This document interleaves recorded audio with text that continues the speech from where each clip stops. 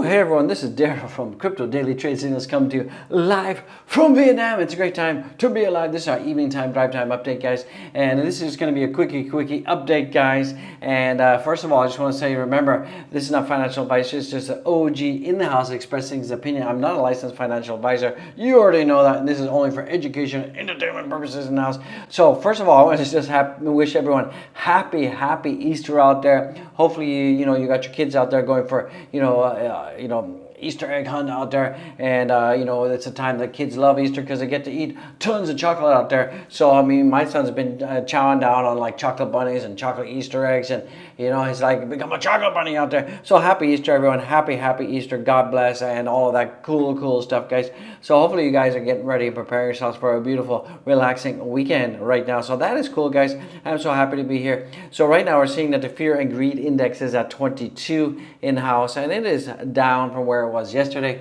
You guys all know this is a contrarian indicator, and what the smart money is doing is they're going to be doing the opposite of this. So if everybody's scared, then the smart money is buying, guys, and that's what I've been doing. I've been dollar cost averaging, and this week actually dollar cost average are almost 3 times this week. So I've been dollar cost averaging like a madman in there. And guys, we got the alien in the house, and also too we got our famous the plant people in the house. The retail investors who are hiding under rocks, and they're like crawling under rocks and crawling under plants, guys, because they don't know if they want to be buying or not. So we're still not seeing too much of the retail investors jumping in to crypto. And, we're not really seeing a lot of FOMO rockets out there. We're not seeing projects going to the moon. But I think that's all going to be happening pretty soon. There's a lot of indicators, a lot of TA out there that's telling me it's about to happen, guys. It's absolutely about to happen. Even though we're seeing right now that overall the crypto markets are a Debbie Downer, we're seeing BTC is still in the red zone. We're seeing Ethereum in the red zone. So it's a pretty poo-poo schmata day out there. Crypto's a real big turd this weekend right now. Everything's down. We're seeing that Dogecoin is still pretty greeny, weeny. So that's pretty good, and we haven't seen that in a long time. That when all the markets are down, when all the the big blue chip cryptos are down, we usually see that the Dogecoin just falls along as goes down, tankity tank. But we're seeing Doge is kind of like it's like the comeback kid. It's bouncing back, guys. So I think all this Twitter stuff, all this Elon Musk stuff, all the rumors of the 20th of April that we could have a Dogecoin accepted by Tesla to buy a car.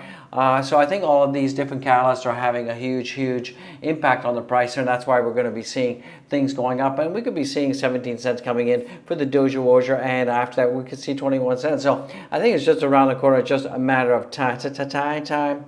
And speaking about that, what you guys have to do out there is you got to show more Doge love, and you've got to keep up the tweeters and the twitters out there, and you got to keep posting, guys. You got to get that whole social engagement going on out there for Doge, because that will absolutely help pumpity pump up the Doge, guys. So that's really important, and we want to see that absolutely happening, guys. So that is going to be cool beans in the house, guys. So let's get it, guys. Let's absolutely get it in the house. Woo. So it's Friday here, Friday evening, and we have seen that almost 29,400 Bitcoin were taken off Coinbase, who could that be? Probably who could it be? So there's still a lot of questions out there. Who it could be? We really don't know at this time. But this was taken off Coinbase, and because it was OTC, it really hasn't affected the price. Because remember, when you buy stuff on OTC, it's like buying peer-to-peer. It's not on the order book on the centralized exchanges, so it's not going to have any impact on the Bitcoin price in the short term. But if you're moving this amount of Bitcoin off and you're holding it in hardware wallets, eventually you're contributing to the scarcity of Bitcoin, so it will have a price overall. So you're seeing right now that 29,400 Bitcoin was moved off Coinbase. We still don't know who that is. If I find out who that is, I'm going to be the first one to tell you, but right now I don't know who it is. It's just that some big kahuna whale out there definitely moved a lot of Bitcoin. We do not know why, guys. We absolutely do not know why. Also, from Bitcoin Archive, we're seeing that Bitcoin supply on exchanges is falling faster than ever before, and we can just see that the amount of balance on exchange is so low now. It's staggeringly low. It's amazingly low, and that just goes to indicate that we can't continue like this. We just cannot continue like this with Bitcoin flowing off exchanges like crazy and the price just being held in this hole. It's kind of like the doldrums, right? It's like a sailboat. When you're on the ocean, there's no wind, and you're just like the doldrums, and you're just kind of like stuck there. And we're seeing that Bitcoin is like really range bound right now, and it's just really irritating. So for the price of Bitcoin right now, we're seeing Bitcoin right now is at 40,200, and we are making higher lows, so that is pretty good. And we could be following this red channel line that you can see right here, guys. So that is pretty good news that if we can get up there. And I think because Bitcoin is painting higher lows, trendy Wendy is your friend, and we have absolutely been here before many times. So it's not like suddenly we're here and it's like, oh my God, this is unusual price action. We've seen ourselves here before. I mean, as I said, back in the January 24th, we had to hit a low of 32,800. So guys, if we're seeing that Bitcoin bottom is around $40,000, that's goodness. That's absolutely goodness out there. Guys, if you're still watching, don't forget to boop the like, subscribe, super chats would be appreciated. And don't forget to comment, guys. You got to feed the algo out there. Feed the algorithm, and the only way you can do that is comment up a storm. And like that. I got fried my throat. And like, guys. Absolutely like it, guys. So love it, like it, love it, like it. Boop, boop, boop, boop, boop. Likes, guys. So, we're seeing a lot of goodness in crypto, but it's just not being reflected in the pricing. I know that a lot of you guys are getting like bored, like crypto's boring, what's going on. But it's not boring, guys. Let's get it. So we're also seeing that no major increase in the supply of Bitcoin at the exchanges since this dip. And on the contrary, 32K BTC left exchanges, DCA is a good idea. And I think that's absolutely right, because, a lot of people are going to be crying, sucking their thumbs, going, Mommy, I wish I had bought Bitcoin at 40,000. I wish I had bought Bitcoin at 38,000. I wish I had bought Bitcoin at 32,000. So a lot of you are going to be regretting it. Remember, this is not financial advice. I'm not telling you to do anything that you shouldn't be. And remember that crypto is a jungle out there, and you have to do your own research. Ladies and gentlemen, it's so important that you do that. And I know a lot of you don't do your research. You just, you guys have this herd instinct. Suddenly you hear about, something like was like SafeMoon, which is a complete rug pull, right? Or all these other poo-poo schmata coins like Accept coins, and you guys just like, oh, I'm going to hype into that because everybody's hyping it, and you see these FOMO rockets. So don't do that, guys. Absolutely do not do that. Do your own research. It's so important that you absolutely do that in-house, guys. So, other stuff that's coming in right now, you can see the structure of BTC chart is more tightly connected to the S&P 500 and the halving, and that is true. This whole 4-year cycle, typically the 4-year cycle have 3 years of downness and then 1 year of explosion. And a lot of people are saying that this 4-year halving cycle is really being validated now, and we're moving. Bitcoin tends to be moving more closely in line with the S&P 500. As a result, the S&P 500 RSI should provide us with good, solid buy signals. So for the 6th time in Bitcoin history, we have left the blue zone, another strong buy signal. So once we leave this blue zone, absolutely means that we could be seeing a huge pump, guys. And I think the pump's going to come in summer. And this is a huge DCA, a huge accumulation zone for Bitty, guys. And sure, people say, well, why are you talking about Bitcoin, OG? Why are you talking about Bitcoin, not the Dogecoin? Well, Bitcoin and Dogecoin are going to move in tandem, guys. Sure, once Dogecoin gets a pump, it will move faster and higher than Bitcoin. That's a fact. Jack, take that to the bank, guys. But until then, you're going to see that Dogecoin is pretty much going to fundamentally be tied to the movement of Bitcoin and the other cryptocurrencies out there, guys. So smash the likes already. Smash it, smash it, smash it. It's a great time to be alive. So you see that Dogecoin Terra, he seems to be picking up $100 million worth of Bitcoin every single day. Wow, where are they getting their money from? I mean, they got like a money tree planted outside and they go, let's get the $100 million. But Dogecoin out there, that guy's a massive Bitcoin ape out there. He's buying $100 million worth of Bitcoin every day. That is massive, guys, absolutely massive. And that's why Luna Tuna, the Terra Luna project is going to be huge, guys. So don't discount Terra Luna. It's a huge layer one out there. I love it. And this is also from Blakenhouse, and what he's doing is he's comparing the Dow Jones fractal from 1991 on the daily to the Bitcoin fractal on the daily 2022, which is right now, right? And he's saying that it's eerily similar and that we could be seeing a huge bump to the upside. So I believe it. You should believe it. And remember, this is not financial advice, guys. Do your own research. Do your own risk management out there. So it looks like National Security Yellen, the felon, slipped her plan to regulate crypto as the price of Bitcoin, Ethereum, XRP, and Solana sankity tankity tank tank. So she was kind of in this meeting, and she kind of let it slip that she was talking about Bitcoin and blockchain technology and how it can replace the traditional banking financial system and da da da. And she kind of even alluded that traditional banks maybe need to hop on the bandwagon. So she did say that she is saying that crypto regulation, it's coming. And then she kind of did reveal that there is going to be crypto regulation. She didn't indicate how strong the regulation is coming, but there's going to be regulation. And I'm a proponent of regulation, because if we have regulation, it absolutely means that large corporations and whales can ape into crypto like a madman, guys, and that is going to turn things green into green. And then all the plant people are going to wake up, and then the FOMO rockets are going to happen, and the retail investors are going to go pop, and that's going to send the price higher and higher. You absolutely know that, and we know that, and we're waiting for the retail investors to jump in to the crypto market. So they're waiting for a signal, guys. They're waiting for a sign, and that sign is prices are going to go up. Because remember, retail investors, they always buy in when it's too late. Not like the smart investors like you and me and my channel members. We know that now is the time to be accumulating. Do not buy the FOMO rockets, guys, because you're going to get wrecked and you're going to wreck it. Also, it looks like Vanguard Group replaces Elon Musk as the largest shareholder of Twitter, and Upstart's take about 10.3%. So there's some scuttlebutt on the street right now, and what they're saying out there is that this whole Vanguard purchase is actually Elon Musk is actually buying Twitter shares from out the back door. So because now Vanguard owns these shares, and at any time Elon Musk can go to Vanguard and say, sell me your shares at a premium.